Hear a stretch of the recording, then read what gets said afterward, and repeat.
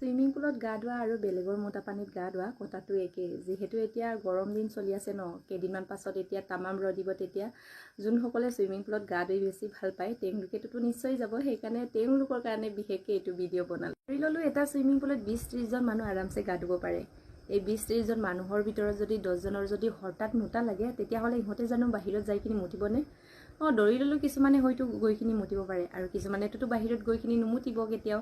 এই সুইমিং পুলতেতো মুতি দিব ন, আপুনি গম নোপোৱাকৈ। আৰু মুতিলেও আপোনাক জানো ক'বনে মই সুইমিং পুলত মুতিছোঁ বুলি? কোনোদিনেতো নকয়। আৰু মই আৰু আপুনি গম নোপোৱাকৈ এই বেলেগৰ মুটোৱে মুখৰ ভিতৰত লওঁ, ধুনীয়াকৈ গা পা ধুই একদম এনজয় কৰি পুৰা ফটো চটো মাৰি কিনি ফেচবুকত আপলোড কৰোঁ। চ' সেইকাৰণে কৈছোঁ, সুইমিং পুলত গা ধোৱা আৰু বেলেগৰ মতা পানীত গা ধোৱা কথাটো একেই।